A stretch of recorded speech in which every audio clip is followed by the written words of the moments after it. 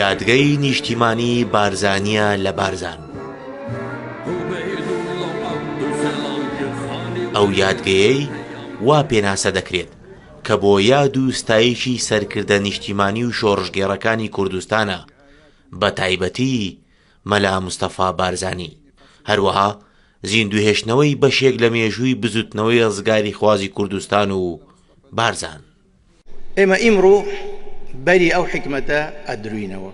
ئەم حزورە گەورەیە لێرە ئەوە ئەگەینی بەڵێ کە ئەو ڕێبازە ڕاستە، ڕێبازی برایەتی، پێکەوە ژیان، ئاشتەوایی، ئەمەیە ڕێگای ڕاست. ڕێبازی بارزان معناوە نیە هەر کەسێکی لە مەنتیقەی بارزان بێ لاوە بیر، ڕێبازێکە فراوانتر و گەورەترە لەوە. هەر کەسی بڕوای بەم مەبادئە هەبی توانی بڵێن ئەمە پەیڕەوی ڕێبازی بارزانە. سەرکردە سیاسیەکانی هەرێمی کوردستان و عێراق، نوێنەر و باڵیۆزی وڵاتان، سیاسی و ڕووناکبینانی هەر چوار پارچەی کوردستان ئامادەی کردنەوەی یادگەی نیشتیمانی بارزانی بوون.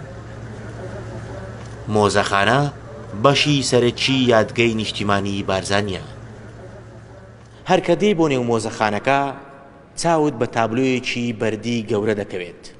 ئەو تابلۆیەی کە بە بەردی ناوچە جیاوازەکانی کوردستان نەخشێنراوە. لە ناوەڕاستی تابلۆکە وێنەی مستەفا بارزانیە. لە بەشەکانی دیکە گزارشتی جیاواز لەسەر سروشت، کولتور، دادپەروەری و پێکەوە ژیان دەبیندرێن.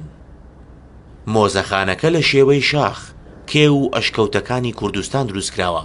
تێیدا چەندین وێنەی بزافی بارزان، کەلوپەل، جلکوبەرگ و چەکی تایبەت بە مستەفا بارزانی و ئیدریس بارزانی نمایش کراون کە لە ساڵانی خەباتی سیاسی و پێشمەرگایەتی بەکاریان هێناون. مۆزەخانەکە گشتیە و هەمووان دەتوانن سەردانی بکەن. لە ڕۆژی یەکشەمەی داهاتوو دەرگا دەکرێتەوە، دەرگای مۆزەخانە بۆ هەر کەسێک کە سەردانی پۆ سەردارکەرەکان لە ڕۆژی یەکشەمەوە لە 9:30 بەیانی تا 5:30 ئێوارە ڕۆژانە دەکرێتەوە. پلانی ئێستاوایە ئەنجا دوای بە گوێرەی تەبی زەخمی حرەکە و بڵێن ئەوەی کە سەردانکەر شەردەبێ احتیمالە گۆڕانکاری لێ بکەوێت. جگە لە مۆزەخانە، کتێبخانە، ژووری ڤیدیۆ، مزگەوت، وەک گزارشتی خواپەرستی، ئاشتی و پێکەوە ژیان، گەلەری بۆ نمایشی وەرزی تابلۆی هونەرمەندانی هەر چوار پارچەی کوردستان و هۆڵی کۆنفرانس بۆ کۆڕ و کۆبوونەوە و هەروەها کۆنفرانسە نەتەوەییەکان بەشێکی دیکەی یادگەی نیشتیمانی بارزانی پێکدەهێنن. ڕەنجە جەمال، ڕوودا و بارزان.